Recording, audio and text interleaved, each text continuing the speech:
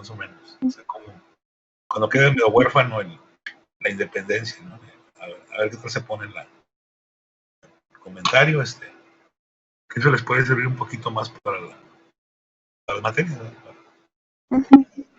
Pero bueno, qué bueno que tienen gusto por lo extracurricular, qué bueno, adelante.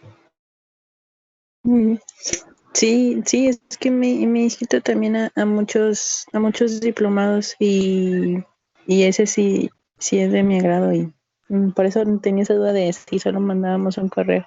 Sí, pero parece ya, pero mándalo ya porque como es acá, va a ser por Teams, ¿va? Va a estar monitoreado y creo que son 200, no sé cuántos, sé que es poco limitado. Sí, 250. Y por eso la idea era que, pues, que fuera para la gente, ¿va? Para la raza. Pero bueno, pues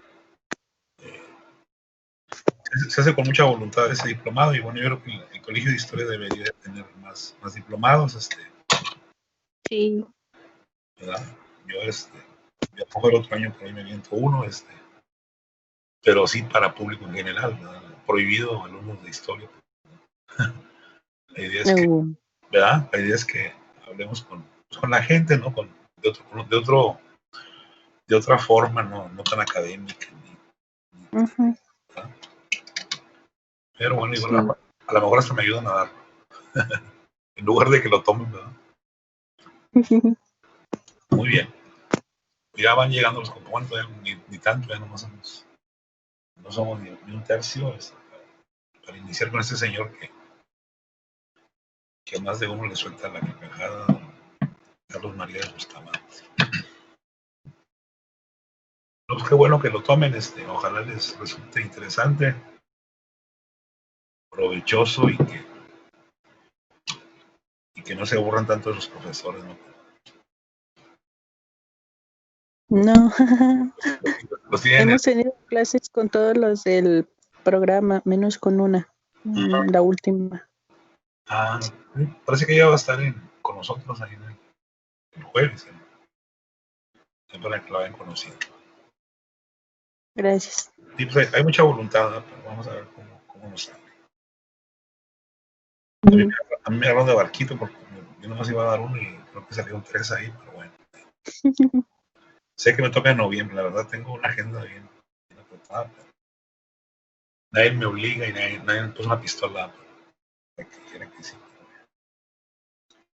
Y una vez que uno da el sí, pues ya, a cumplir, ¿verdad? Es algo de lo que hemos estado viendo, vamos a ver cómo lo graficamos, va a ser menos plática, además. No como con ustedes. También la profesora de Divina también va a tocar a Fray Servando, ¿no? Sí, a Fray Servando lo vamos a tocar nosotros acá en noviembre. Pero pues ustedes ya van bien preparados, ¿no? Ya saben hasta que la momia, no sé qué tanto. Ya.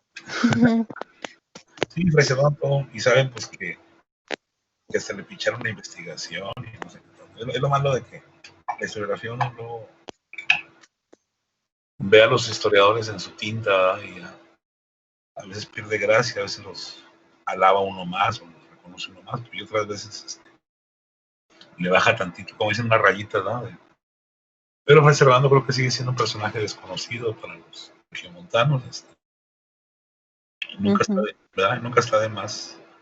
A empezar eso de Fray Servando, que ya sabe que no es muy propio, ¿verdad? Pero así se quedó en la semántica, ¿no? Fray Servando. Y pues se le pega a uno, ¿no? Sí.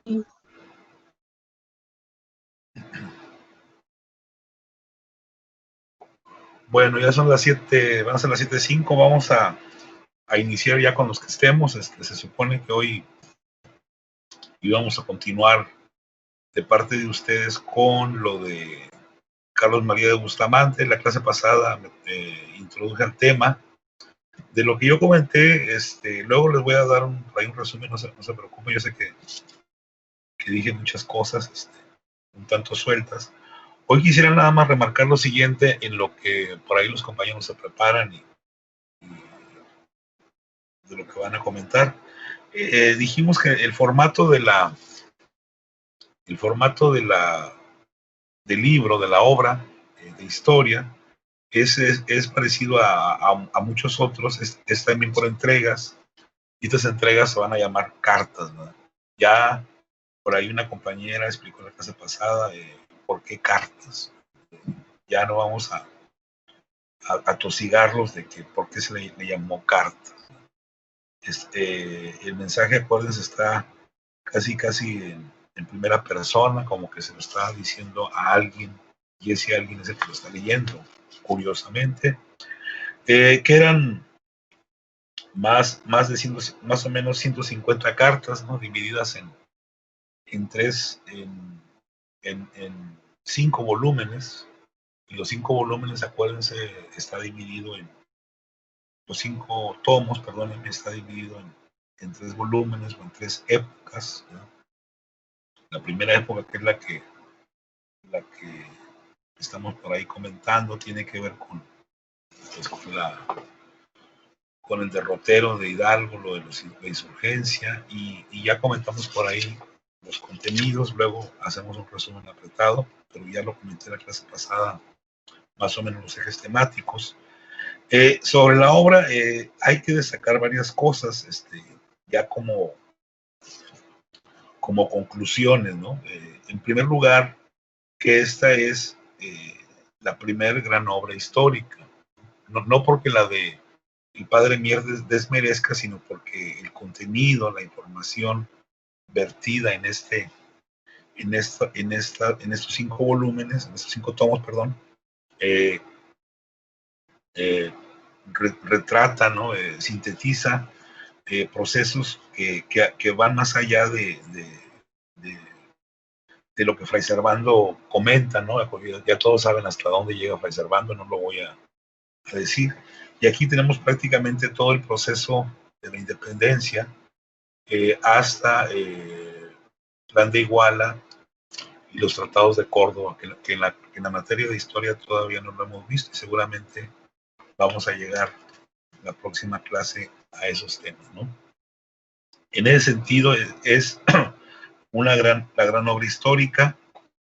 Es una obra muy conocida en su tiempo. Creo que junto con Lucas Alamán, ese lo vamos a ver también, son las obras más leídas, más consultadas, y sobre todo más analizadas para todo el interesado en el tema de la independencia, ¿no? Acuérdense que el propio padre Mier era un consultor muy asiduo de Carlos María de Bustamante, además de la amistad y la alianza política, ¿no?, que van a tener por allá en el 21-22 contra el nunca bien ponderado Agustín I, ¿no? Agustín de Iturbide. Bueno, eso, ahorita que hablábamos de Fray Servando, pues cuando se cartean ellos, Carlos María de Bustamante todavía no publicaba su obra, ya tienen por ahí la fecha de publicación, tampoco lo voy a repetir. Pero acuérdense que, y esto lo comentaban ayer los compañeros de historia, él es, junto con Villaurrutia, van a ser los grandes promotores, los grandes editores de uno de los periódicos más importantes de la época y de la historia de México, como lo es el Diario de México. Entonces tenemos como un segundo elemento por ahí el periodismo como el tema, un tema en los cuales Carlos María de Bustamante comienza a hacer sus ensayos, vamos a decirlo, son sus primeros flachazos, ¿no?, sobre los temas de historia. Aquí sí vale la pena repetir. Acuérdense que él tiene ahí una seccioncita, ¿no?, una que se llama Antigüedades Mexicanas, y donde comienza a escribir ya no solamente del siglo XIX, de finales del XVIII, sino incluso de temas del mundo colonial, del mundo prehispánico, por ahí, a su manera. Eso sería entonces un punto importante. Él también tiene sus sueños guajiros, él tiene también su su interés por influir acuérdense que Inglaterra ya después de 1809 pacta por ahí una alianza muy rara, ¿no? Con España para enfrentar a Francia. Y ya desde entonces los criollos, ya mencionamos el caso de otros, entre ellos el padre Mier, quieren influir para que Inglaterra se involucre más en este proceso de autonomía, de independencia, de soberanía. Y bueno, a él no le sale la jugada. Él desde 1817, fíjense, 5 años después casi de que el padre Mier, pues pretende publicar su obra en estos lugares y pues no, ¿verdad? Recuerden que para publicar ese tipo de obras se requería tener aliados estratégicos en el plano económico, en el plano político, y en el plano económico, acuérdense, por ahí un secretario de Hacienda, algunos riquillos de la época, le financian, lo apoyan para que imprima una parte de sus obras. ¿Cómo lo hizo el padre Mier? Ya todo el mundo lo sabe, de dónde salió buena parte del recurso, el dinero para producir su obra. Pues este señor, que no era tampoco tan pobretón, pero no tenía suficientes recursos para producir su obra. Entonces él, eh, por otro lado, ya como punto 3, ya para callarme, creo que a diferencia de muchos otros historiadores, un tipo que está más que involucrado en la política de su época, y en la política sí quisiera que nos pusiéramos bien de acuerdo. Va a jugar un doble papel. Por un lado es un líder, él preside los trabajos, anduvo muy relacionado con lo de Cádiz, ¿sí? Ya dijimos que era muy amigo de Fray Servando y muy amigo de los que van allá a representarnos, pero también es un tipo que va a llevarse muy bien con la segunda etapa con la segunda generación de insurgentes, Morelos y compañía, y él incluso va a llegar a presidir los trabajos de los congresos que se van a establecer en estas épocas, sobre todo el de Chilpancingo, que ya lo vamos a ver más adelante. Entonces, es un tipo que está en la política, es un tipo que tiene liderazgo, pero que además, aquí va el último punto que comento, en esa labor de legislativa o parlamentaria, como le quieran llamar, se va a dar la tarea de él no solamente de buscar libros y de proveer de una biblioteca. Acuérdense que todos los congresos siempre tienen su biblioteca y siempre son las más importantes a nivel mundial. ¿Quién no ha escuchado la biblioteca del Congreso de Washington, de Estados Unidos? En este caso, él no solamente va a proveer de libros a un congreso, acuérdense que anda por todos lados y que no tiene domicilio fijo por razones obvias, pero lo que sí quisiera que nos pusiéramos bien de acuerdo y me digan si se entiende, él mismo va a redactar muchos documentos porque le compete por su función legislativa. Entonces, parte de los debates, parte de las minutas que se llevan a cabo en las sesiones de estos congresos, él es el autor o él es el encargado, él es el responsable. En ese sentido, tiene una doble función de historiador, no solamente es actor de lo que está narrando, sino que además él se encarga de, fíjense bien, de fabricar sus propias fuentes. O sea, él no solamente es actor, sino también es fuente primaria. No sé si me explique. Un caso muy sui generis, ¿no? Muy raro. Y ahí entonces sí quisiera irle dejando lo que ya comenté en la clase pasada, pero que fueron muchas cosas. Yo nada más quisiera destacar eso y quedarme entonces nada más con la idea de que es una obra muy leída, muy considerada, y lo dije en la clase pasada, ya hoy no lo voy a subrayar. Un tipo también muy criticado, muy vilipendiado, casi mucha gente se burla de sus trabajos, pero ya dijimos en la clase, creo que por su rango de político también le llovió, no con pretexto de que sus trabajos eran poco sustentados, eran poco realistas, ¿verdad? Realistas en el sentido de reflejar la realidad, ¿verdad? No del cargo político. Pero bueno, eso vamos a irlo viendo, no quisiera empañar ya el trabajo de este señor, diciendo que, pues, que no sirve para nada, ¿verdad? No, acuérdense, un tipo que escribe hasta sus últimas por ahí dimos las fechas de nacimiento y muerte. Nada más quisiera que nos quedáramos cuando él fenece, cuando él muere, una época muy crítica, 1848, e incluso llega a escribir ya en otro apartado, en otra obra, sobre la invasión, la guerra, como le quieren llamar, con la naciente potencia que va a ser Estados Unidos de Norteamérica, a la cual hasta el nombre le vamos a copiar, ¿no?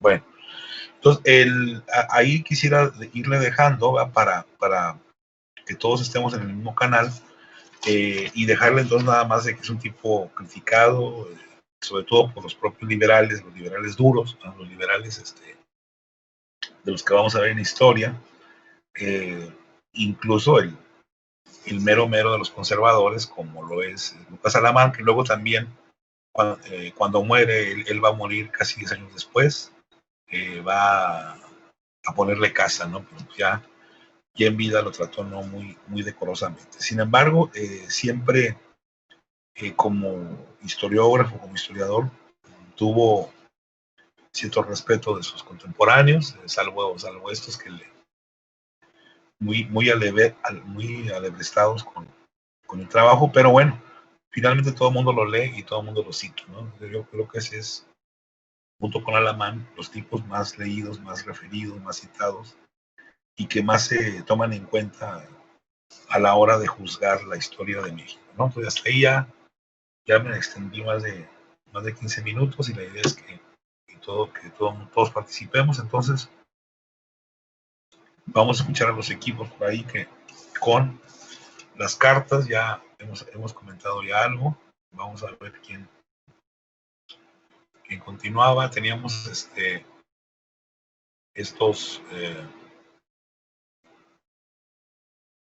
esta es la distribución, así que no, vamos a ver cómo le seguimos, ¿no? Pues no sé quién quiera continuar. Adelante, sí, por ahí tenemos. Adelante, Miguel Ángel. Sí, bien, profe. Primero me gustaría comentar un poquito fuera del tema de historiografía, pero pues como dice, van de la mano estas materias de Historia. México y historiografía, sí. Sobre pues el problema que relata aquí María de Bustamante, que sufre con Agustín de Iturbide, y es que justamente tenemos como en un poco mal posicionados como traidores y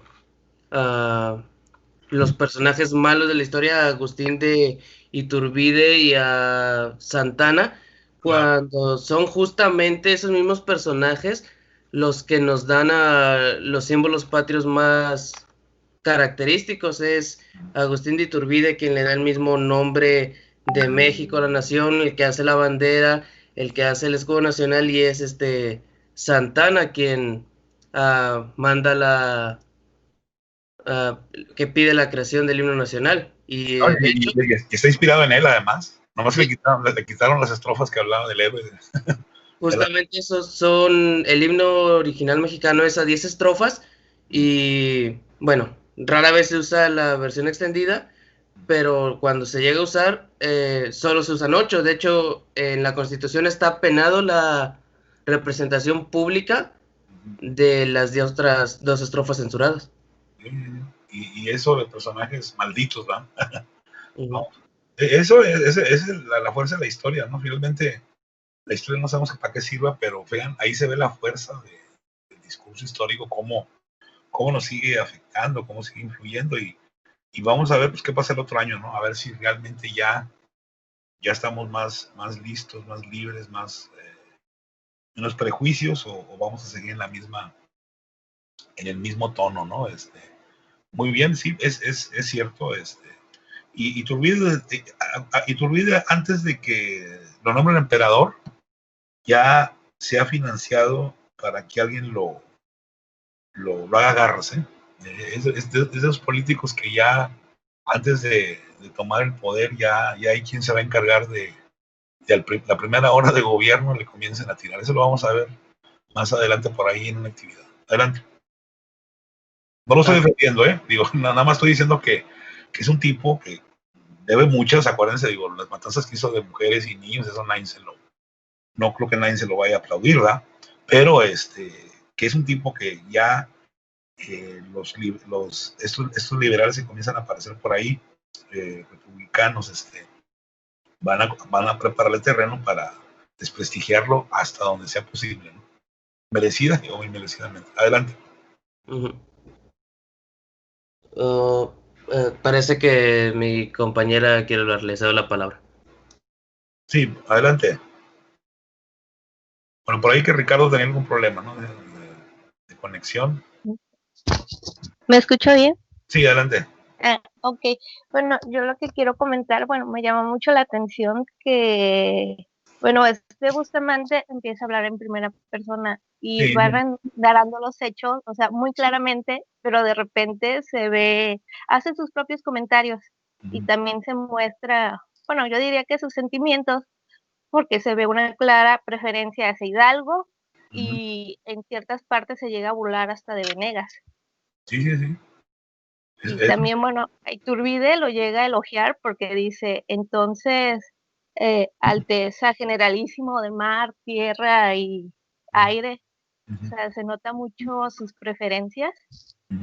Y la verdad, bueno, esta lectura me gustó mucho porque hay anécdotas muy poco conocidas que pues la verdad yo sí le creo porque viví en esa época y estuvo más en México a comparación de Padre Mía. Sí, no, porque pues, él está aquí y además lo que no sabe, pues ahí medio lo retoma de la Ilíada, la Odisea y a ver dónde, y obras más que ya conocía y trata de acomodarlo a la historia de México y se vuelve un texto pues muy agradable, ¿no? Muy fresco, muy alegre y eso pues despertó la envidia de los historiadores serios, de esos que están acostumbrados a ser muy ceremoniosos en su discurso histórico, ¿no? Entonces yo creo que qué bueno que usted toca el tema, ahí vemos ese dato de cuando critica a los políticos, ¿no? En este caso al virrey, ¿no? Adelante.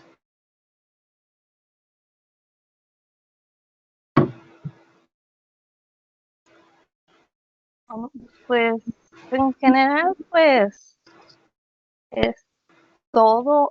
Bueno, hay varias anécdotas que me llaman mucho la atención. Por ejemplo, cuando se burla de Venegas porque él había ido a ver a la Virgen de los Santos Remedios, que según él se puso a sus pies y le dijo que ella gobernase y le dirigiese para... Y el autor, Bustamante, se burla de él diciendo que cómo es posible que vaya a implorar un modo mejor para asesinar a su pueblo, que trataba de romper las cadenas. Y dice, jajaja, hasta el mismo Satanás se ha de estar riendo de esto. Sí, porque era la competencia, no, la Virgen, ¿verdad? Cada grupo, sí, cada uno tenía su virgen. Nosotros teníamos de nosotros, ¿verdad? Muy bien, ahí se nota entonces lo sarcástico, ¿no? Lo burlón que era Carlos María de Bustamante con los sujetos históricos, que además no es historia pasada para él, para él es una historia presente, ¿no? Es como si estuviéramos hablando ahorita del gobierno actual o del gobernador o del alcalde, digo, ya lo estamos viviendo aquí en carne propia y de esa misma manera lo vamos a escribir en un momento determinado. Y creo que en el caso de él, pues él se lleva de tú con todo el mundo y no se diga que en el caso de Iturbide va a tener un doble discurso, ¿no? Primero, como usted dice, de llevarlo y después ya de crítica, ¿no? Sobre todo ya en los debates, ¿no? Adelante, Miguel Ángel. Sí, justamente creo que sufren un poco de algo parecido a los autores de esta época, o bueno, ya lo hemos visto con Fray Teresa y ahora con María Bustamante, que es difícil hacer historia de acontecimientos tan recientes, incluso se le podría llamar contemporánea. ¿Es contemporáneo? ¿Es correcto? Abre su tercera carta utilizando una metáfora. Dice, muchos de mis lectores estarán preguntando por qué están tardando tanto en salir esos textos, y pues simplemente les digo que silencio ranas, que hay culebra en el agua. Sí, sí, que no, aguas, ¿verdad? No se podía. Justamente menciona que también está leyendo a Padre Mier y que está hablando aunque se dirige de manera bastante ceremonial a Agustín de Iturbide. Creo que es de admirar que también es justo, creo que comenzamos a ver ya aquí en los historiadores mexicanos ciertos rasgos de objetividad, porque sí se posiciona un poco hacia el lado de la balanza, pero sigue tratando de relatar los hechos lo más apegados a la realidad que le es posible. Sí, miren, no hay que dejar de lado que uno tocó el tema, Elías, ese último punto que comentó, hablando propiamente ya del imaginario, hablando de la memoria colectiva. No sé exactamente Santa Anna, que también tuvo mucho liderazgo, pero Iturbide, acuérdense que es un tipo que muy carismático y que está en la mentalidad de mucha gente y en el ejército, a pesar de que no estuvo como soldado raso, sino que tuvo los cargos por su poder económico. Es un tipo que tuvo mucho liderazgo en las armas, en el ambiente de los hacendados, del campo, y es un tipo que tiene mucho raigambre. Entonces aguas, porque entonces es un tipo con mucha imagen, ¿verdad? No digo que sea reverenciado, pero sí muy, muy apreciado, muy admirado, y por eso le comentaba ahorita a Aida y con ustedes, de que había que echarle tierra, había que echarle lodo, había que empolvarlo con adjetivos, la verdad, a veces no muy merecidos, ¿verdad? Pero eso nos habla entonces de un tipo que es ¿cómo le podríamos llamar? Mucha reverencia, ¿no? Muy, muy reverenciado, muy, muy admirado, ¿no? Adelante.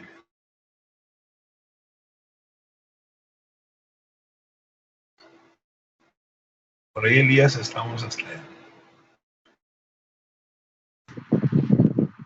Sí, bueno, no sé si mi compañero iba a agregar algo más, sino pues para seguirle más o menos con el hilo. No.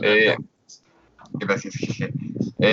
Sí, sobre eso me llama la atención porque sí es muy reverenciado, pero a espaldas de él sí habla, o sí dice así como que, no, hombre, pues realmente pues no, o sea, realmente hay ciertos roces ideológicos, ¿no? Ahí me llama la atención, no sé si realmente, o por lo que deja entrever Carlos María de Bustamante, si realmente tal vez a Iturbide no le gustaba mucho la figura de Hidalgo, tal vez, no le gustaba. Entonces, por eso se ve esos roces ahí, como que no quiere contar la historia, porque creo que menciona algo así como que hasta lo cuestionó en cierto momento, que hablaron personalmente, le dice, oye, pues estás diciendo la verdad, ¿estás segura? Y pues Carlos María, pues obviamente, con su oficio, pues sí, o sea, estoy seguro que estoy diciendo la verdad. Entonces, como ya en esa anécdota, pues, ¿a dónde iba a escalar? Y me llamó la atención eso, porque yo pensé que esos debates, por así decirlo, que habíamos hablado, pues surgirían posterior a los personajes de la independencia, ¿verdad? Pero no, ya desde entonces ya es como si hubiera habido, pague la redundancia, dos independencias distintas, ¿no? O sea, la independencia inicial y la independencia final. Y ya Iturbide siendo el paladín de la segunda.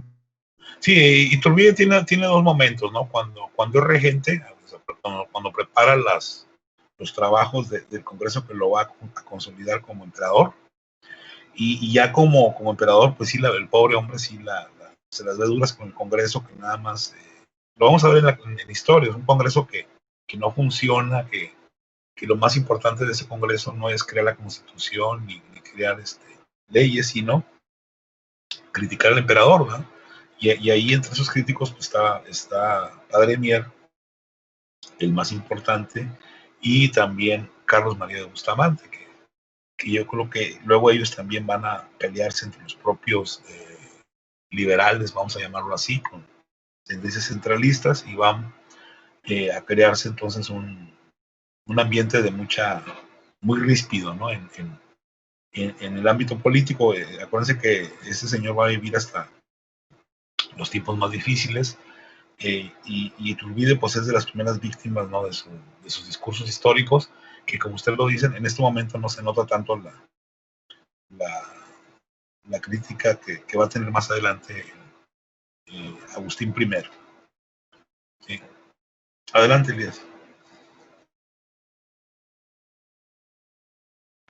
Sí, y también me da un poco más adelante, creo que es en la carta cuarta, ya no en la tercera, donde hace un análisis un poco de los primeros, no, sí es en la tercera, sí, donde hace un poco de los análisis de los primeros movimientos de los insurgentes, y cómo critica mucho los ejércitos de estos, se destina muchas de sus líneas en distintas partes a criticar al ejército.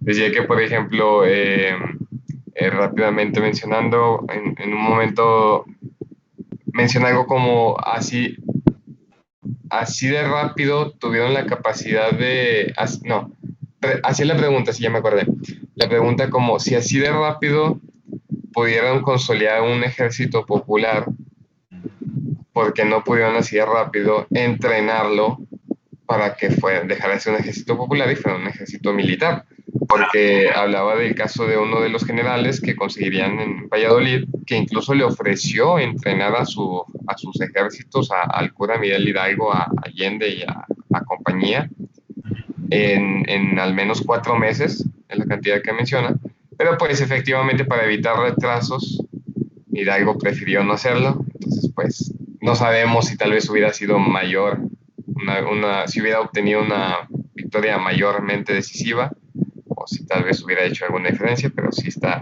muy criticado eso. Sí, ya ven que en el plano objetivo pues vimos que la independencia tuvo otro rumbo, ¿no? De ser un levantamiento militar se convirtió en un levantamiento popular, ¿no? Por los hechos, ¿no? El descubrimiento de esa conspiración, pero bueno, vean cómo el tipo pues es crítico en su momento, ¿no? A pesar de que Hidalgo es un personaje que él va no a reverenciar, pero sí a admirar, sí también lo tunde de crítica, ¿no? Por ahí Miguel Ángel iba a comentar algo. No, ¿me interrumpo, Elías? ¿Ahorita sigues? Adelante, pues así están interrumpiendo. Dale. Bien. Justamente sí, recalcar lo que ya mencionó el compañero. Esta pronunciación que tiene el autor, Carlos María Bustamante, en contra de la primera insurgencia, de hecho, los cito, la tacha de una revolución antipolítica, cruel y bárbara, y hace hincapié en esta famosa frase de noche a coger gachupines, mueran los españoles europeos. Creo que de ahí se toma la nota, ¿eh? No estoy muy, en general, muchas de las frases, mucho de lo dicho, o incluso de mitos de la independencia se deben a la pluma de Carlos María Bustamante, ¿no? Me parece que no sabemos si algo que dijo, pero bueno, él dice que eso comentó, ¿no? Pero sí. Hecho, adelante. Y sí, se trata de nuevo, intentar ser un poco objetivo, un poco más justo, reivindicar un poco a los personajes, porque sí, es una insurgencia antirrevolucionaria, es una insurgencia antipolítica, cruel, bárbara, marcados tonos racistas, pero no es precisamente por gusto de los líderes de esta insurgencia, de hecho los defiende un poco.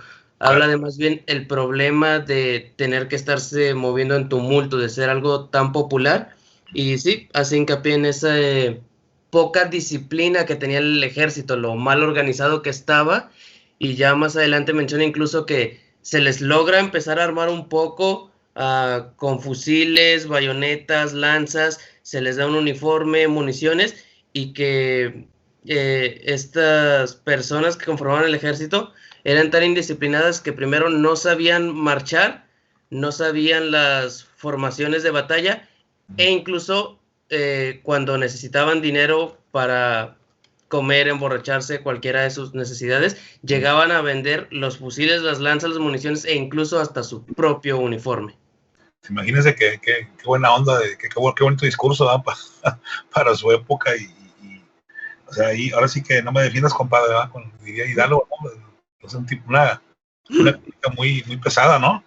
Para que habría que ver hasta qué grado se reprodujo al mil todo eso que él señala, ¿no? Recordemos que el ejército de Hidalgo ya en una fase más, en unos avances más ya reciben sueldo, ¿no?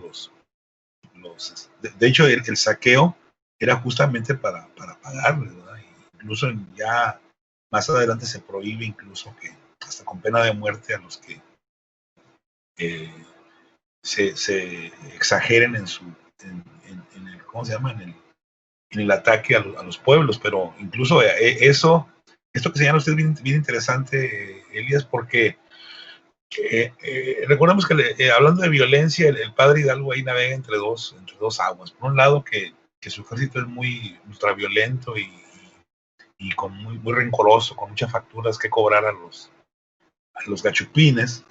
Y luego por otra, que por qué no ataca a las grandes ciudades como la Ciudad de México. Entonces ahí, ahora sí que este señor pues está entre dos, por un lado muy violento y por otro lado que él la evita de alguna otra manera creo que la Ciudad de México por ahí, esa es más o menos la argumentación, hay más cosas que comentar, pero bueno, ya él carga la lápida para esta época de que había sido un tipo muy violento, su ejército era sangriento, ¿no? Un poco así como casi el Robespierre mexicano, ¿no? Entonces creo que ahí, esto que usted dice es muy interesante, abona para explicar por qué luego el ejército no quiere entrar a la Ciudad de México, ¿no? Porque ya ahí prácticamente la plaza estaba entregada, ¿no? Adelante. Adelante, Miguel Ángel. Sí.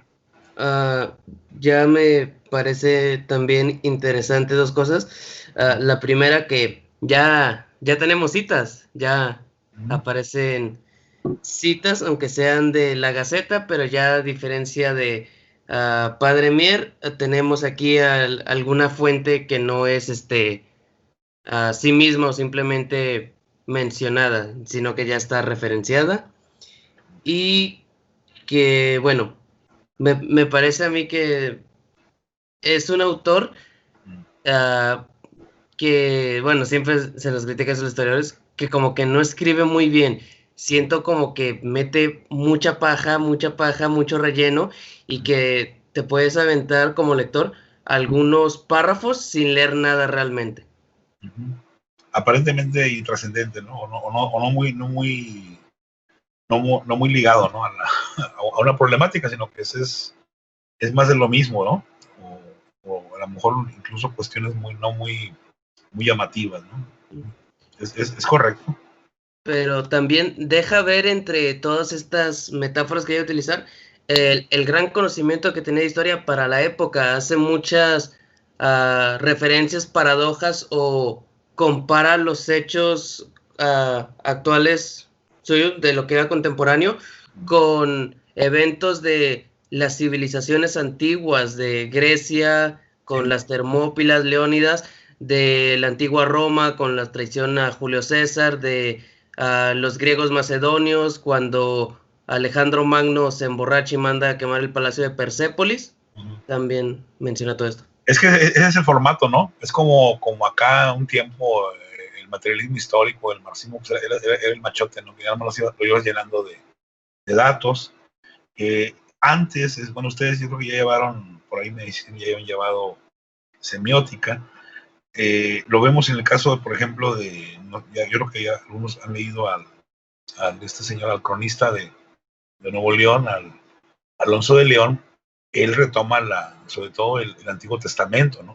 Para explicar los pueblos. Mismo Padre Mier, acuérdense cuando habla de los mal llamados aztecas, mexicas, casi quiere como que son de esas tribus perdidas, ¿no? De Israel, que de repente por ahí van a integrarse con ese afán o con ese modelo explicativo que ya la gente más o menos entiende, bueno, por lo menos la gente pensante. Entonces, muy interesante lo que usted dice, ya lo habíamos dicho. Él retoma mucho las historias, ¿no? De grecolatinas, sobre todo de Grecia, para adaptar el drama, ¿no? Ya como que no le cambian las fechas y los lugares y prácticamente el discurso ya está hecho, digo, un poco medio jugando, ¿no? Pero hay algo de eso. El drama histórico que él sigue es muy parecido a esto que usted menciona de la historia antigua, ¿no? Adelante. Y también, como menciona, retoma también un poco esta idea que según yo era más actual, no sé si ya se habría trabajado en aquella época, de la Ilíada y la Odisea, de cómo ser como una literatura de ficción o épica. Va avanzando la investigación, aparece Troya, empiezan a salir vestigios y se comienza a hacer comparativas de que justamente a los griegos de esa época clásica gustaban de, antes de Herodoto y todo esto, gustaban de contar estas hazañas, batallas y guerras históricas, pero mezclándolas con ficción.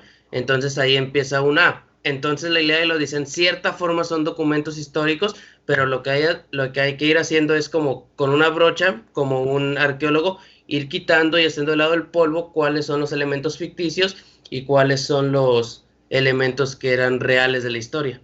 Y sobre todo en su tiempo cómo fue asimilada, ¿no? También, porque lo estamos viendo con ojos del siglo XX, XXI. Habría que ver en su momento cómo se introdujo y cómo impactó. En el caso de Carlos María de Bustamante, pues él dice, de aquí soy, ¿verdad?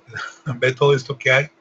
Además, acuérdense que es un tipo que era traductor de francés por ahí, y creo que conocía muy bien la historia antigua de lo que llamaríamos la historia occidental o la historia de Europa, y es un tipo que va a retomar prestados algunos elementos, vamos a llamarlo historiográficos, ¿no?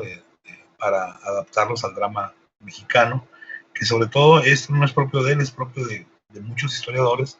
A la hora de describir las batallas, siempre se recuerda como que ahí están los grandes momentos de la historia grecolatina por ahí, de los griegos, luego de los romanos, un poco parodiando algunas gestas, ¿no? Algunas heroicidades para ponerle ritmo, ponerle sabor, ponerle textura a una historia que a lo mejor no estuvo tan aclamada ni tan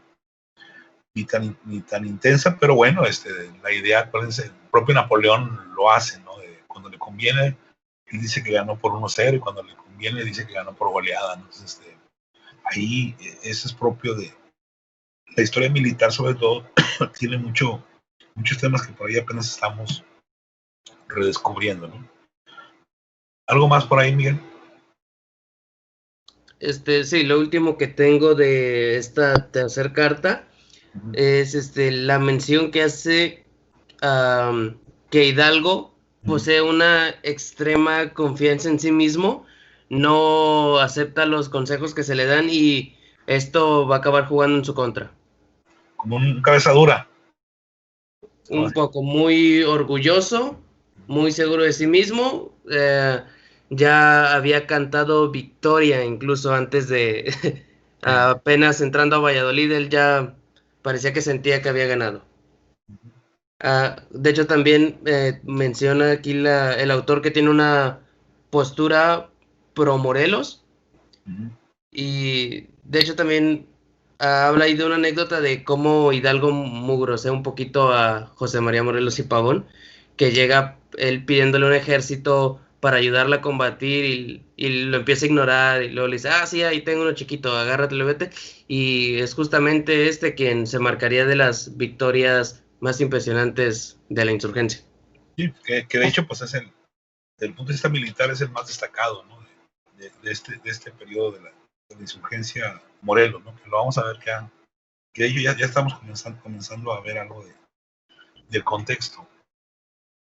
Sí, entonces ni Hidalgo sale bien parado con ese análisis de Carlos María de Bustamante, ¿no? Un tipo que hace su juicio y que ahí pues todo el mundo lo va a retomar también, sobre todo los que le quieren tirar tirria, ¿no? A la insurgencia. Recuerden que la parte esta de popular de Hidalgo va a dividir bandos, lo que en su momento había generado atracción, como era la independencia, a la hora que se ve esta parte violenta, muchos criollos españoles, peninsulares, deciden ya no apoyar a la causa, ¿no?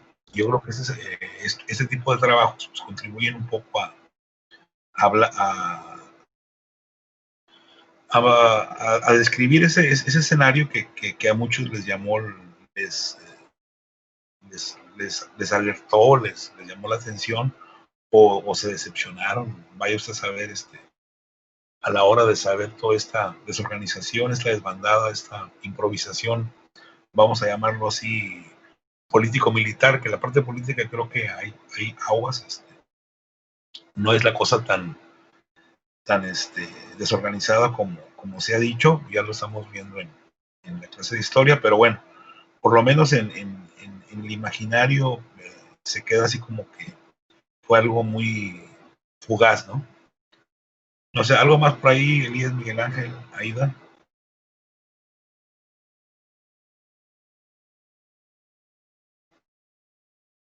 ¿Algún comentario final por ahí? Creo que esto es todo de la tercera carta. Nos falta todavía la cuarta, todavía la podemos ver rapidito. Y pues no sé si mis compañeros tienen algo más que decir. Yo nada más recuerdo que menciona que Iturbide, no estoy seguro, no sé si leí bien o yo no sabía, que Iturbide estuvo un tiempo aquí con los insurgentes, pero se decepcionó de su mal manejo del ejército y se acabó poniendo a disposición de Venegas y del comandante Trujillo. No, ahí lo que sí es claro es que Hidalgo le hace una oferta, ¿no? Acuérdense que ellos eran parientes, y además se conocían, eran vecinos ahí en una hacienda que tenía el padre de Iturbide, pero él nunca estuvo de acuerdo con apoyar hasta donde la historia alcanza, ¿no? A apoyar el movimiento. Él siempre se mantuvo, si no antiinsurgente, sí en contra de la guerra, ¿no? Porque además en algún momento su hacienda, una de sus propiedades es saqueada por los insurgentes. Imagínense cómo va a andar ahí alborotando cuando él fue víctima también de esto que llamamos los saqueos, ¿no? Muy bien. ¿Algo más por ahí que quieran agregar de esta carta? Sí, también en la carta cuarta, donde ya habla más sobre la cuestión del Monte de las Cruces, esta batalla. Estábamos platicando la vez pasada el equipo y su servidor, y estábamos viendo eso, ¿no? O sea, cómo lo narra Carlos María Bustamante este duelo, y mi compañero Miguel hizo un comentario muy bueno que decía algo similar como, pues realmente no fue una victoria muy, muy clara, sino fue una victoria muy justa de cuál ejército era el menos peor. Porque así lo describe el autor Carlos María Bustamante, respecto a que sí, como ya habíamos visto, sí criticaba mucho el ejército insurgente, pero pues Trujillo también, en esta empresa que tenía y con sus respectivos comandantes y compañías, pues también había muchas imprecisiones y muchas fallas en las formaciones. Entonces ahí, en cuanto a eso, sí coincide mucho en la falta de ambos ejércitos y cómo pues fue una masacre por tanta ineptitud de ambos. Entonces, pues se podría decir que fue una victoria, pero una victoria que llevó a que se replegaran, entonces está un poco... Como le llaman por ahí, una victoria pírrica, ¿no? Un poco la... Victoria pírrica, sí. Justamente como haría Bustamante, haciendo una comparación con la historia, pero de manera más anacrónica hacia el futuro, creo que esta batalla del Cerro de las Cruces es un poco como la conclusión que se le puede dar a la Guerra Fría. No es que Estados Unidos ganara, es que simplemente perdió menos que la URSS. Claro. No, y además los norteamericanos siempre son ventajosos en muchas... La geografía les ayuda mucho, ¿no? la geopolítica los tiene muy bien preparados, ¿no? Ya, aquí en esto de la cuarta parte, de la cuarta carta es muy interesante porque, como mencioné ahorita con Miguel Hidalgo de ya no me defiendas, igual creo que es lo que me gusta de este autor, que no deja a nadie vivo y menciona el acto más cobarde que puede hacer un comandante de un ejército, que es el comandante Trujillo durante esto de la batalla de las Cruces, es fingir la rendición y atacar al ejército americano mientras están desprevenidos tomándolos de prisioneros, lo que actualmente es un crimen de guerra. Claro. Y la acción blasfema de Venegas de cubrir la derrota con un falso milagro, diría al benemérito señor presidente de ahora que es la cortina de humo, que cubrir la derrota con un falso milagro de la aparición de la Virgen, lo cual incluso utilizaría como una arma psicológica para poner a frailes y monjas de los monasterios de su lado y hacerlos combatir. Claro. Sí, muy maquiavélico, ¿no? Uh-huh. En ese aspecto. Sí, pues acuérdense que en la guerra todo se vale, ¿no? Pero bueno, Carlos María de Bustamante pues es muy receloso, muy reservado en esos puntos y como usted dice, pues no deja a nadie desvirtuado, ¿verdad? A todo el mundo le encuentra un punto crítico y por eso es tan interesante, tan rica su versión, su historia de la independencia. Creo que es la primera obra que aborda así de manera tan directa, tan enfocada la guerra, ¿no? O sea, no solamente el movimiento, sino la guerra misma, que por ahí le mandaba trocitos ahí al padre Mier, ¿no? Cuando le mandaba su correspondencia ya en 1812. Aquí es un poco ya, tiene más tiempo él para escribir, para refrescarse. Y pues bueno, recrea a su manera el tema, sobre todo de la guerra, como ustedes lo han estado mencionando, cosa que antes no se había destacado mucho, no se hablaba del movimiento, pero no se hablaba en sí de los detalles de la gresca militar, ¿no? Como lo hace este hombre y luego lo va a hacer más adelante Lucas Alamán, retomando precisamente lo que dice Carlos María Bustamante, pero dándole otro barniz, otro arreglo, ¿no? ¿Algo más por ahí, Miguel Ángel? Justamente esto de los detalles que menciona, creo que ahí lo hace bien como redactor. Creo que al menos a mí como lector me logró mantener más cautivado, atrapado, que generar un interés por esto, porque siento que la manera en que lo detalla, lo redacta es como si fuera el guión de una película. Sí, porque acuérdense que lo dijimos la vez pasada y cuando empecé yo a exponer ahorita, son gente que ejerce el periodismo, ¿no? Y eso te da mucha agilidad. Esa gente que escribe todos los días, vamos, no es como uno que escribe allá cada 3 meses o cada semestre, sino que ellos tienen una pluma muy ágil y entonces eso facilita que no solamente sean factibles, tengan lectores factibles en su época, sino incluso a destiempo, como ahorita lo estamos, pues échale cuentas cuántos años hace que escribió eso y lo estamos leyendo apenas, y nos cautiva y nos llama la atención. Esas son una forma escritores que tienen esa gracia, ¿no? Ese talento para llamar la atención con todo y lo que se diga de este personaje por sus propios contemporáneos, ¿no? Contemporáneos. Adelante,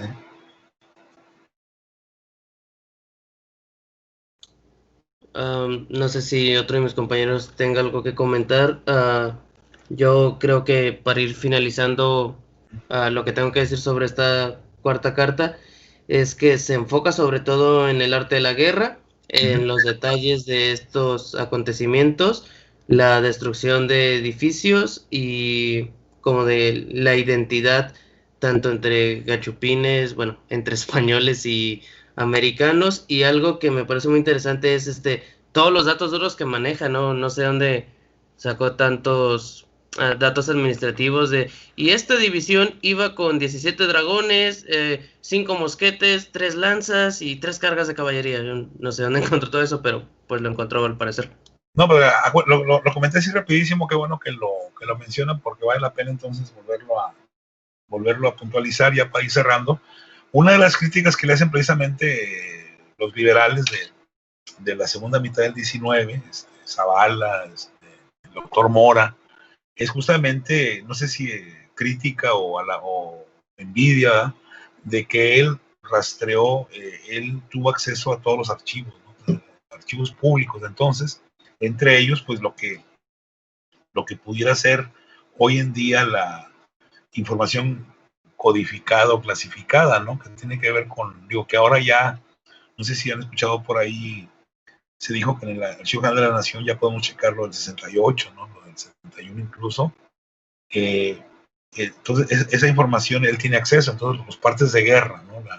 Todo lo que se incauta, todo lo que por ahí se escondía, pues él tiene acceso porque él checa archivos públicos, y además es testigo de muchos eventos y le llega por ahí la información. Entonces, más o menos por ahí, aunque no lo refiere en sus pies de página, él tiene acceso a mucha información, ¿no? Ya estamos hablando que han pasado casi 10 años de lo que él está hablando, ¿no?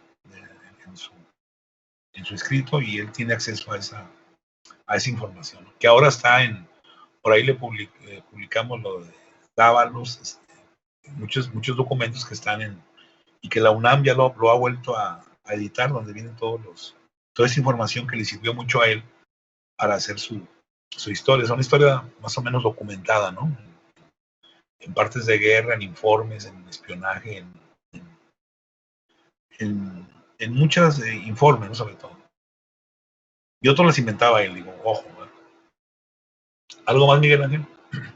Qué bueno que tocó ese tema, ¿no? De la guerra. Eso había estado un poco apagado, o no había sido muy bien tratado por los historiadores, ¿no? Y él le da mucho gas a este tema de la guerra. Bueno, yo creo que ya ahí es todo de mi parte. Reservas de que uno de mis compañeros, quién sabe por qué no está Eric, la verdad no sabemos, no tenemos idea. Pero bueno, a reservas de que uno de mis compañeros tenga algún otro comentario para ya poder darle oportunidad al siguiente equipo de hablar de su carta en la próxima clase. Sí, muy bien. Pues ahí, no sé, Elías, por ahí algo que quieran remarcar. Muy bien lo de las cartas de esta mañana. ¿Algún último comentario por ahí? Sí, solamente a mí se me llevó a pensar leyendo a Carlos María Bustamante el hecho y la necesidad que tenemos de entenderlo en su contexto, en el sentido en primer lugar que pues es un género epistolar, con el que se escribe esto, no va dirigido a alguna autoridad, sino a alguien de confianza, por así decirlo, por lo cual pues no es extraño que nos encontremos con este tipo de lenguaje, y aún así pues con cierta precisión en algunos casos, en otros no tanto, pero sí que no es un motivo tan argumentativo, sino que realmente es ilustrativo, más expositivo, y aún así pues hace un buen trabajo con sus respectivas fallas temporales o espaciales tal vez. Entonces, pero sí es necesario identificarlo en la manera en que escribe él, en su contexto, en su tiempo, y eso nos ayuda incluso a ver más sobre el ambiente que estaba viviendo él. No, y sobre todo es una historia donde se le da su lugar a la narrativa, ¿no? Que yo creo que eso en algún momento le comentaba a Arnoldo por allá hace rato, en qué momento lo perdimos, ¿no? De repente perdimos gracia narrativa, hasta descripción, ¿verdad? Porque la idea era ser analíticos. Es que historiadores debe ser un análisis. Espérate, primero están los datos, los hechos, las fechas, y luego ya vamos a analizarlo, ¿no?